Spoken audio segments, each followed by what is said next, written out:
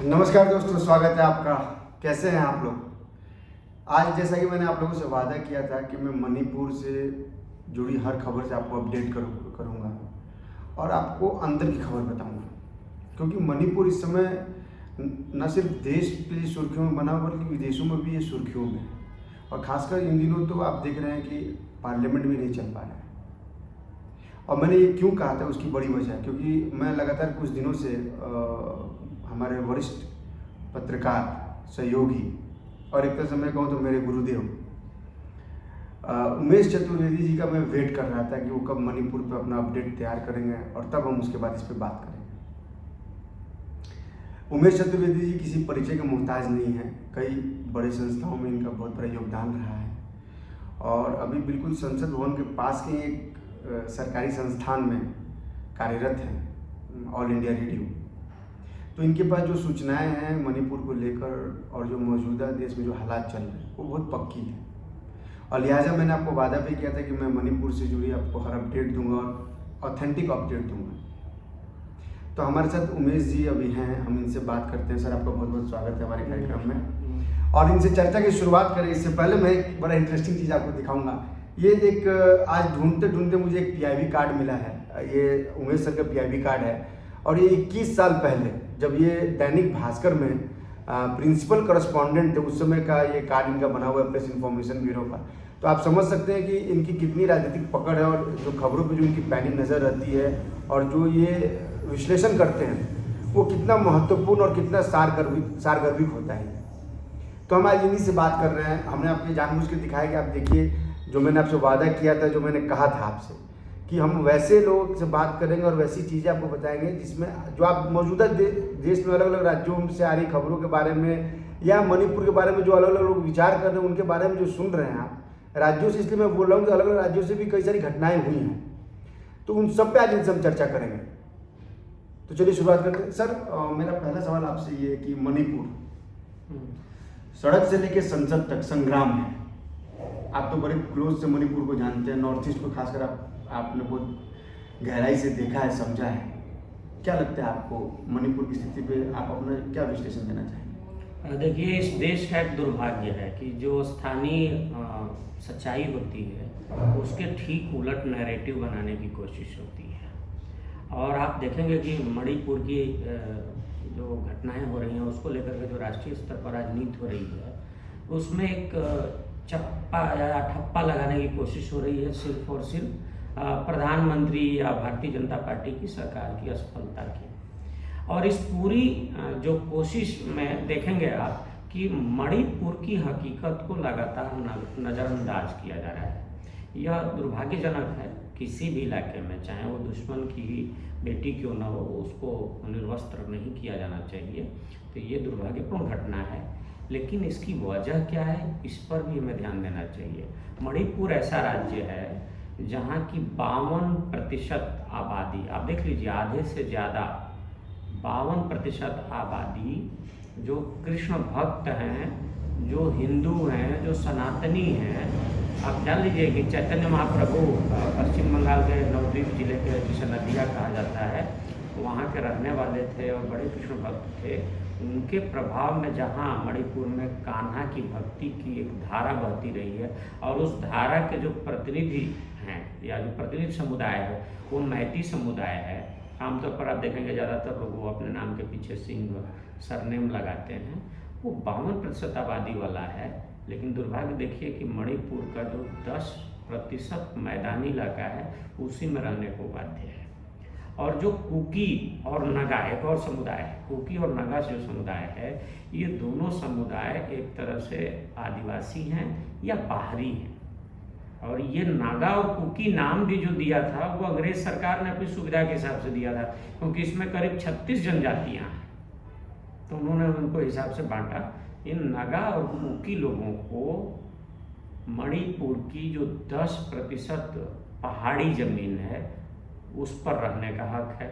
मैती समुदाय जो वहाँ का मूल निवासी है, जो सनातन धारा का प्रतिनिधि रहा है, जो अहोम राजाओं के, असम के जो अहोम राजा थे, उन राजाओं का एक विश्वासभाजन रहा है जो समुदाय, वह समुदाय ज़्यादा बड़ी जनसंख्या होने के बावजूद सिर्फ 10% जमीन पर रहने को मजबूर है, खेती करने को मजबूर है, और बाकी ज़्यादातर जो घुसपैठिए हैं या बाहर से आए लोग हैं, जिसमें कुकी हैं, नागा है। आप याद कीजिए 20-21 साल पहले, बल्कि नहीं 3 दशक पहले नागा और कुकी के बीच में बड़ा लंबा संघर्ष चला था।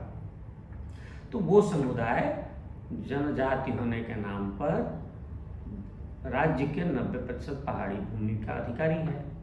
मैती समुदाय की मांग है कि हमको भी जनजाति बना दो, ताकि हम भी अगर जनजाति बन जाएंगे तो हमें भी 90% जो बाकी जमीन है उधर भी रहने, खेती करने या अपना उद्योग लगाने या जो भी होगा करने का मौका मिलेगा। ये बहुत पुरानी मांग है। लेकिन सर सवाल ये उठता है कि क्या जनजाति बनाने से ही उनको सिर्फ अधिकार दिया जा सकता है? क्या और कोई और वजह या कोई और रास्ता नहीं है जिनसे उनको उनके बराबर का अधिकार मिले? कुंदन जी, जो हम लोगों ने नैरेटिव बना दिया और जो हम संविधान की जिसकी दुहाई देते हैं, खूब जम के दुहाई देते हैं, उसने ऐसी व्यवस्था ही बना दी है कि आप जनजाति या अनुसूचित जाति के जो खांचे हैं और उनके लिए जो अधिकार है उससे छेड़खानी नहीं कर सकते। क्या उसमें संशोधन नहीं हो सकता? अब संशोधन करने को तो भारतीय संसद संप्रभु है और भारत का संविधान भी इतना जड़ नहीं है। अगर जड़ होता तो उसमें आज तक 107 संशोधन नहीं हो सकते हुए होते। तो ये संशोधन तो फिर वजह क्या है कि सरकार बहुमत में है नहीं, और फिर भी संशोधन नहीं कर पा रहे? अगर ये प्रॉब्लम है तो आज देखें, जैसे 21वीं सदी के बारे में कहा जाता है कि सूचना की लड़ाई है। नहीं, मैं अब मानता हूँ कि सोशल मीडिया के बाद एक नया जो सिस्टम डेवलप हुआ है या सोच डेवलप हुई है वो नैरेटिव की लड़ाई है। और नैरेटिव की लड़ाई में आप देखेंगे कि एक मूल्य बन गया कि जी अभी आदिवासियों के मामलों में हस्तक्षेप हो रहा है, जनजातियों के मामले में हस्तक्षेप हो रहा है, या ओबीसी के मामले में हस्तक्षेप हो रहा है। और जैसे ही हस्तक्षेप की बात आती है तो एक अलग तरह का माहौल क्रिएट होता है और इसके खिलाफ एक बज जिसको बोलते हैं खदबदाना ये शुरू हो जाता है और चीज़ें बदल जाती हैं। तो चाहे कितनी भी ताकतवर सरकार हो लोकतांत्रिक समाज में, आप ये देखेंगे कि एक खास लेवल के बाद वो बज से बचना चाहती है, खदबदाने से बचना चाहती है और वो खतरा मोल लेना नहीं चाहती। लेकिन सर मोदी जी तो ऐसे ही साहसिक निर्णय लेने के लिए जाने जाते हैं। परिवर्तन उनका कहते हैं कि वो हम उनके मूल संविधान में परिवर्तन ही है, वो हर चीज में परिवर्तन चाहते हैं। लेकिन वो एक दिन में परिवर्तन तो नहीं हो सकता, इसके लिए माहौल बनाना पड़ेगा और इसको अगर राष्ट्रीय स्तर पर सहमति बने। आपका सवाल जो है वो जायज़ है, लेकिन आप चीज़ों को थोड़ा दूसरी ओर मोड़ रहे हैं। इतना आसान नहीं है वो कर देना कि पूरी तरह से संवैधानिक सुधार कर दो। और जो भी है 3 मई को जो फैसला आया था, सर वही तो हमारे दर्शक जानना चाहते हैं कि मणिपुर हाई कोर्ट का 3 मई का जो फैसला आया था, मणिपुर हाई कोर्ट ने मणिपुर राज्य सरकार को निर्देश दिया कि भैया एक तरह से ऑब्जर्वेशन है कि आप प्रस्ताव भेजो, क्योंकि कौन जनजाति में रहेगा, कौन अनुसूचित जाति की कैटेगरी में आएगा, ये तय करने का अधिकार केंद्र सरकार को है भारतीय संविधान के मुताबिक। तो आप भेजो तो करें। और उसके खिलाफ कुकी समुदाय अचानक से एग्रेसिव हो उठा, लेकिन वो अचानक से एग्रेसिव होना नहीं था। उसकी असल वजह ये है, थोड़ा सा हमें इतिहास की ओर जाना पड़ेगा। अहोम राजाओं ने सबसे पहले कुकी जनजातियों के लोगों को बसाया था इधर, और इसलिए बसाया था कि वो सस्ता श्रम मिलता था, सस्ते सैनिक मिलते थे। तो बदले में क्या होता था कि उनको वहाँ बसाया गया, उनको खेती करने की अनुमति दी गई। और अंग्रेजों ने एक बड़ी कुटिल चाल चली। आप देखेंगे आज उत्तर प्रदेश और बिहार की जो बर्बादी है, कभी किसी ने ध्यान नहीं दिया। उसमें अंग्रेजों ने एक दौर में ज़बरदस्ती नील और अफीम की खेती कराई थी। मेरी दादी जो 85-90 साल के बीच में होकर गुजरी 1984 में, तो वो बताती थी कि अपने बचपन में हमने देखा था कैसे वो होता था। तो ज़बरदस्ती कराया। कुछ इसी अंदाज में उस इलाके में पहले तो अंग्रेजों ने खेती शुरू कराई। चीन में अफीम की खेती होती थी, चीन से सटा हुआ इलाका है तो उसकी भी थोड़ी निगाह रहती है, उधर से भी माहौल बना। और उसके बाद देखते ही देखते ये पैरेलल अर्थव्यवस्था के रूप में स्थापित हो गया। और उसका असर ये हुआ, यह सच है कि कुकी जनजाति के जो लोग हैं वो आर्थिक रूप से उस तरह से समृद्ध नहीं है, या नागा जनजाति के जो लोग हैं जैसे कि मैती समुदाय है। इसकी एक वजह है, ऐतिहासिक वजह है कि वो चूँकि आदिम खानाबदोश जनजातियाँ रही हैं तो इसलिए वो कहीं टिकती नहीं। लेकिन उनका कालांतर में उन्होंने अफीम की खेती शुरू की, और अफीम की खेती और फिर जो सीमा पार से खासतौर पर म्यांमार से जो ड्रग की तस्करी शुरू हुई, तो उसने राज्य के ताने बाने को बिगाड़ना शुरू किया। भारतीय जनता पार्टी की जब सरकार बनी तो उसने अपने चुनावी घोषणा पत्र में कहा था कि हम अफीम की खेती बंद कराएंगे। लेकिन वो खेती बंद करा करके उनकी ये कोशिश नहीं थी कि वहाँ खेती बंद करके एकदम से सबको तहस नहस कर दिया जाए। उनकी कोशिश ये थी कि नॉर्थ ईस्ट में सबसे बढ़िया माहौल, अपना उत्तराखंड भी है इस मामले में, एक बढ़िया माहौल इसके लिए है, ऑर्गेनिक खेती के लिए। तो ऑर्गेनिक खेती को बढ़ावा देंगे। तो क्या हुआ कि जो पहाड़ी इलाकों की ड्रोन मैपिंग कराई गई। ड्रोन मैपिंग के जरिए अफीम की खेती का पता लगाया गया। पहले शुरू किया गया कि इसको समझा के बंद कराया जाए। जब कुछ लोग जो माने तो उनको समझा के बंद कराया, जो नहीं माने उनकी ज़बरदस्ती। अच्छा, एक चीज़ और ध्यान में रखना चाहिए कि पहाड़ी जो इलाके हैं मणिपुर के, उन इलाकों का प्रबंधन पुलिस की बजाय वन विभाग करता है।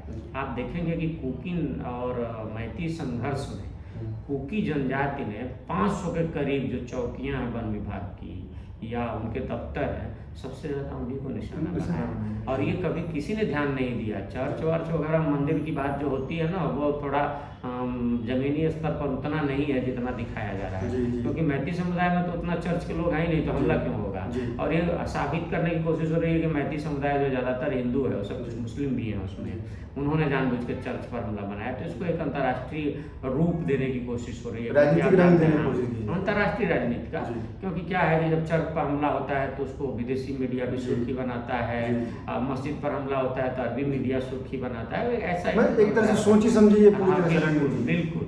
और एक चीज़ और देखिए कि जब भी संसद पिछले 4-5 सालों में आप देखेंगे, संसद जब भी चलती है, खासतौर पर जो बड़ा सेशन होता है, तो आप देखेंगे कि विपक्षी दलों की ओर से कोई ना कोई मुद्दा लेके आते हैं। और वो जैसे सर, इस टाइमिंग पे भी मैं सवाल पूछूंगा आपसे, भी बड़ा महत्वपूर्ण है कि संसद सत्र थोड़ा मणिपुर की बात पूरी हो जाए। तो क्या था कि चूंकि अफीम की खेती को नष्ट किया गया, ऑर्गेनिक खेती में आप जानते हैं कि तत्काल कमाई नहीं हो सकती है, उसके लिए प्रोसेस है, लंबा वक्त लगता है। तो जो लोगों को तुरंत कमाई हो रही थी अफीम की खेती से, उनकी कमाई बंद हुई, तो वो थोड़ा खदबदा रहे थे। और फिर ये मैती समुदाय को जनजाति में शामिल करने का जो मणिपुर हाई कोर्ट का ऑब्जर्वेशन आया, अब बस वो बहाना बन गया और उन्होंने वो अब तब से लेकर कभी तक लड़ाई हो रही है। एक चीज़ और आप देखिए कि मणिपुर ही नहीं, पूरा नॉर्थ ईस्ट जो है, पूरा उत्तर पूर्वी इलाका है, वहाँ मतलब मातृ प्रधान समाज, महिलाओं की बड़ी इज्जत रही है। आप लोहिया जिसको उर्वशियम के नाम से जानने को होता है, क्योंकि जो अर्जुन की पर मोहित होने वाली जो अप्सरा थी, वो उर्वशी उधर की ही रहने वाली थी। या आप देखेंगे कि अरुणाचल में परशुराम कुंड है। तो मतलब बहुत सारी चीज़ें अपने हिंदू धर्म की उधर मिलती हैं, सनातन धर्म की। तो क्या था कि बड़ी लंबी बात हो जाएगी, लेकिन थोड़ा इस पर ध्यान देना चाहिए कि ये जो हमारा मैती समुदाय है, उसको उन्होंने टारगेट बनाया कुकी समुदाय ने, क्योंकि उनको लगा कि चूंकि अब जाहिर है कि जिसकी 52% जनसंख्या होगी, तो विधानसभा में चुनाव होंगे तो सबसे ज़्यादा जीत के उसी के आएंगे। विधानसभा की सीटें भी सबसे ज़्यादा इधर ही है, मैदानी इलाकों में है, तो जाहिर है कि उनकी सरकार होगी तो करेंगे। तो उन्होंने एक नैरेटिव बनाया कि भैया ये देखो, मैती समुदाय हमारे रोजगार को मार रहा है, हमारे हक को मार रहा है। लेकिन असल गुस्सा ये था कि उनकी अफीम की खेती पर चोट पहुंच रही थी। और आप एक बात ये भी हमें ध्यान में रखना चाहिए कि मणिपुर में करीब 26-27 उग्रवादी समूह हुए हैं, ठीक है, कि मौजूदा हालात में उनकी पकड़ कमज़ोर हुई थी या उनके हथियार पर काबू पा लिया गया था, उनको भी बहाना मिल गया। जब जन आंदोलन होते हैं तो आप जानते हैं कुंदन जी, आपने भी देखा होगा कि जो असामाजिक तत्व होते हैं इसी बहाने अपना भी स्कोर सेटल करने लगते हैं। ये सारी चीज़ें बातें हैं। कांग्रेस जो खुद इस देश की सबसे लंबे समय तक की शासक पार्टी रही है, उम्मीद की जानी चाहिए थी कि वो कम से कम इस पर सकारात्मक राजनीति करती, लेकिन दुर्भाग्य देखिए कि वो भी उसी में बंध गई है। दुर्भाग्य देखिए कि जिस मणिपुर में लोहिया ने अपने नॉर्थ ईस्ट के यात्राओं के दौरान या आंदोलन के दौरान कुछ आश्रम बनाए, उस लोहिया के चेले माने जाने, दावा करने वाले, मैं लालू यादव को तो उनका चेला नहीं मानता हूँ भाई, मैं साफ तौर पर कहता हूँ उनके चेले नहीं है, उनका चेला वाला वो नहीं है। हाँ, नीतीश कुमार हैं, नीतीश कुमार लोहिया के पटु शिष्य और गंभीर शिष्य किशन पटनायक के शिष्य रहे हैं, तो वो नीतीश कुमार भी इस मामले में साथ दे रहे हैं। और मैं तो चूँकि समाजवादी राजनीति, आपने मेरा PIB कार्ड दिखाया, मेरे बीट होती थी समाजवादी राजनीति, तो मैंने कवर करते वक्त लोहिया के कई चेलों को, उसमें से टिकेंद्र भाई है, मैं बार बार पूछता हूँ जब भी कोई मणिपुर का मिलता है, तो ये लोहिया ने आश्रम बनवाए थे टिकेंद्र भाई जैसे लोगों से, उनके लोग भी वहाँ लड़ रहे हैं। तो सवाल ये है कि एक तो देखिए राजनीति होनी चाहिए, होगी भी, लेकिन जब राष्ट्र की बात आती है, जब मानवता की बात आती है, तो मुझे लगता है कि इन सब चीज़ों से ऊपर उठना चाहिए। विपक्ष इससे ऊपर नहीं उठ पाया है। हाँ, स्टालिन नहीं उठे तो समझ में आती है बात, या बाकी ऐसे टाइप के लोग उठे तो, लेकिन जो देश बदलने की बात करते हैं, जो समाजवाद की बात करते हैं, या जो देश की बात करते हैं, अगर वो भी इसी तरह से बात करेंगे तो मुझे लगता है कि ये गड़बड़ है। और इस पूरे हंगामे में एक चीज़ देखेंगे आप कि कुंदन जी, जो मणिपुर की हकीकत है उस पर कोई बात नहीं हो रही है। और सोशल मीडिया पर आप जब खोजेंगे तो मैती समुदाय के बड़े अच्छे खासे पढ़े लिखे, मैं वहाँ एक राष्ट्रीय देवी का लेख पढ़ रहा था, संस्मरण उनका कहना था कि अच्छा है कि हम लोगों का फांसी पर लटवा दो, ज़्यादा अच्छा रहेगा, क्योंकि उनकी बात कोई नहीं सुन रहा है। मतलब ये कितनी बड़ी विडम्बना है कि जो वहाँ का बहुसंख्य समुदाय है, बहुसंख्यक है, उसकी बात नहीं सुनी जा रही है। और ये कैसा नैरेटिव है कि जो देश विरोधी हैं, जो म्यांमार से घुसपैठिया बन के आए हैं, जिसमें से कुछ ऐसे भी इंसर्जेंट ग्रुप हैं जिनकी कोशिश और जिनका सपना एक ग्रेटर आज़ाद इलाका बनाना है, उनकी बात को लेकर के आप इतना आगे बढ़ रहे हैं। बेहतर तो ये होता है कि हम सब दल मिल करके बैठते और तय करते कि भैया ये मणिपुर में शांति कैसे आएगी, और जो इंसर्जेंट तत्व हम पर हम काबू कैसे पाएंगे। और इंसर्जेंट तत्वों को तो मेरा मानना है कि जो उनके लीडर हैं उनके साथ तो, या पूरा देश मानता है, ऑन द रिकॉर्ड भले न माने, उनके साथ तो कठोर कार्रवाई होनी चाहिए। जो नीचे के लोग होते हैं, जो बाकी होते हैं, उनसे बात की जा सकती है, उनको समझाया जा सकता है। जो टॉप लीडर होता है उनके तो खिलाफ कठोर कार्रवाई होनी चाहिए।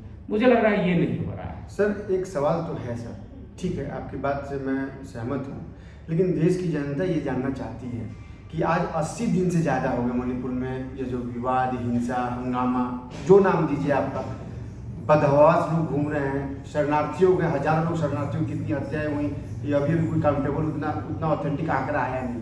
सवाल ये है कि सरकार, केंद्र में सरकार बीजेपी की है, मणिपुर में भी बीजेपी की सरकार है। सवाल है कि अब तक इसको कंट्रोल क्यों नहीं किया गया, वजह क्या है कंट्रोल नहीं होने की?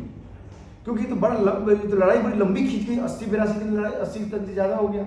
और आज कंट्रोल करने का जी, जिस तरह से जो एक सामान्य तौर पर लोग सोचते हैं तो मानते हैं कंट्रोल करना ऐसे इंसर्जेंटों को कि कड़ाई कीजिए, लेकिन सवाल ये भी है, आप याद कीजिए मणिपुर में एक दौर में अशांत क्षेत्र कानून लागू हुआ था, तो आफ्सा जिसको बोलते हैं अंग्रेजी में, तो उस कानून के खिलाफ आप याद कीजिए महिलाएं सड़कों पर उतर जाती थी और कई बार तो खुद नंगा प्रदर्शन करने लगती थी। मैं सर को रोकना चाहूँगा यहाँ पे, जो सर बार बार कह रहे हैं महिलाओं को रोकना महिलाओं को आगे कर देते, आज भी वही हो रहा है। जब सैन्य बल और पुलिस बल इस मामले को शांत करने के लिए आगे जा रहे हैं तो कुकी संप्रदाय के लोग क्या कर रहे हैं, महिलाओं को आगे कर देते हैं, और वो महिलाएं निवस्त्र होकर आपके सुरक्षाकर्मी पर अटैक कर रही हैं और सुरक्षाकर्मी वहाँ से वापस हो जा रहे हैं। यह भी एक बड़ी वजह। सर आप क्या कहेंगे, एक बड़ी वजह नहीं बिल्कुल है ना, ये सब बातें हैं, वो स्टेट खुली हुई है। और जो महिलाओं के साथ, मैं उनको नंगा करने का मतलब समर्थक नहीं हूँ, मैं उसकी घोर भर्त्सना करता हूँ, लेकिन जिस मामले को इतना तूल दिया जा रहा है या तूल पकड़ रहा है, उसमें भी कहीं ना कहीं आप जब देखेंगे तो ऐसी ही बात है, वो आगे लाई गई। और हो सकता है जिस समुदाय ने उसको पकड़ा होगा वो समुदाय के लोग उस दिन तो हो गए होंगे। और एक चीज़ जान लीजिए, जो राष्ट्रीय स्तर पर जो नैरेटिव होता है ना, उसके हिसाब से स्थानीय स्तर पर जनता नहीं सोचती। इस क्लियर कट बात को समझ लेना चाहिए। और जिस दिन हमारे राजनेता और हमारे शासक, हमारे नीति नियंता और हमारी राजनीति इस तथ्य को समझ लेगी ना, तो राष्ट्र की असल समस्याओं से वो सीधे सीधे रूबरू हो पाएगी। और सीधे सीधे जब रूबरू होगी तो उसको समाधान भी, वाजिब समाधान भी सूझेगा। मुझे लगता है इस नज़रिए की भी एक बड़ी कमी है। अच्छा सर, हमने तो बात की मणिपुर, बहुत सारी जानकारियाँ आपने दी जो शायद बहुत कम लोगों के पास है, और शायद बहुत कम लोग इसके लिए डेयर भी करें कि गहराई से बताने के लिए, क्योंकि देश में इस वक्त एक नैरेटिव सेट करने की बात चल रही है, चाहे वो किसी भी मामले में हो। सर एक और बात जो हो रही है, जो विपक्ष लगातार कह रहा है कि भाई आप जो है वो चर्चा को 267 नियम 267 में कराएं, और सरकार ये कह रही है कि हम 177 में चर्चा कराएंगे। हम सर उस पॉइंट पे भी आएंगे जिसमें हम टाइमिंग की बात कर रहे हैं। लेकिन सर सवाल ये है कि आप ये बताएं कि 267 और 177 ऐसा है कि 267 जो है संविधान और संसद जो चलती है ना, वो संविधान और उसके अलावा दोनों हाउस के अपने अपने रूल बुक हैं, अपनी नियमावली है।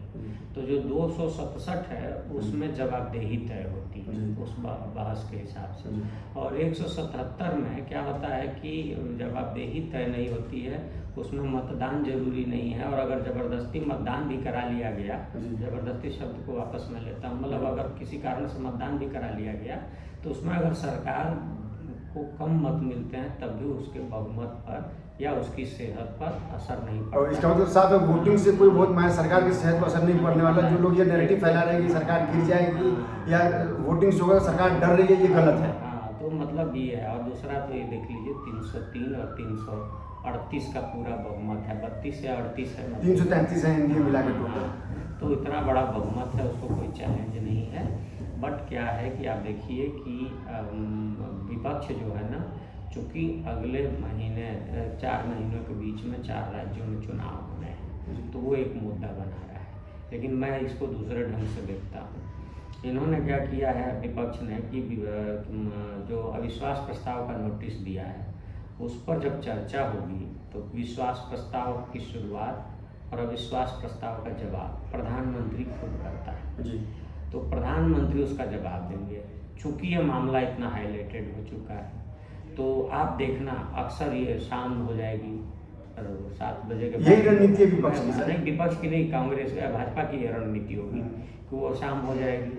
उस समय तक देश की पूरी मतलब 80% आबादी अपने घरों पर पहुंच चुकी होगी, नौकरी पेशा लोग भी, और वो ध्यान से उस समय सुनी जाएगी और वो उस समय प्रधानमंत्री जवाब देंगे। तो विपक्ष की एक तरह से तो रणनीति फेल हुई। आप याद कीजिए 2018 अगेन आपने टाइमिंग की बात की। हाँ, मैं बता रहा हूँ ना, ये मतलब पता नहीं कौन इनको सुझाव देता है विपक्ष के लोगों को। ये इसमें अविश्वास प्रस्ताव रखने से कुछ नहीं होने वाला है, और ये जनता भी आज की समझ गई है कि अविश्वास प्रस्ताव से चर्चा तो हो जाएगी, लेकिन क्या सरकार गिरा दोगे? तब ये वाजपेयी जी की सरकार तो अब है नहीं, वो जो 1999 में गिरी। तो क्या हुआ? आप याद कीजिए 2018 में ऐसे ही इन्होंने कांग्रेस ने अविश्वास प्रस्ताव प्रस्तुत किया था, और जिस 100 रैलियों को संबोधित करने में और लोगों को तक पहुंचने में 100 रैलियों की जरूरत जिस प्रधानमंत्री को पड़ती, उन्होंने एक अविश्वास प्रस्ताव के जवाब से पूरे देश में माहौल बना दिया। सर आपको आप एक और चीज याद कीजिए, ये बिल्कुल और गलत बात, ये सब पता नहीं कैसे नहीं ये सीख लेते हैं। अटल बिहारी वाजपेयी को 1996 में विश्वास प्रस्ताव पर समर्थन भले नहीं मिला, लेकिन उन्होंने जो विश्वास प्रस्ताव के जरिए जिस तरह से देश को संबोधित किया और उसके अगले ही दिन उनकी लोकप्रियता बढ़ी और अगले 2 सालों में सरकार में आ गए। तो पता नहीं ये कैसे विपक्ष है इस तरह से रणनीति करता है। हालांकि उसी अविश्वास प्रस्ताव की वजह से वाजपेयी की सरकार 1999 में गिर गई थी। ठीक है, लेकिन फिर भी उन्होंने देश को तो संबोधित कर लिया। और आप मानेंगे, और आज जिस समय हम लोग चर्चा कर रहे हैं उसी समय राज्यसभा में खड़गे ने भी कहा कि इस हाउस में 4 ही महत्वपूर्ण है, चेयर, प्रधानमंत्री और हाउस ऑफ द लीडर और मैं विपक्ष का नेता। तो भाई उसमें भी सर्वाधिक महत्वपूर्ण प्रधानमंत्री होता है। तो प्रधानमंत्री जिसके बारे में ब्रिटिश एक राजनीति शास्त्री कहते थे कि जहाज का मस्तूल होता है, जिधर चाहे देश को मोड़ दे, अब उस प्रधानमंत्री को अगर आप अविश्वास प्रस्ताव लाते हैं, विपक्ष की बात कर रहा हूं मैं, तो एक बड़ा मौका देते हैं, बड़ा प्लेटफॉर्म देते हैं। तो और आप जानते हैं कि वो संचारक है बहुत जबरदस्त, वो कम्युनिकेट कर लेंगे अपनी बात से देश को।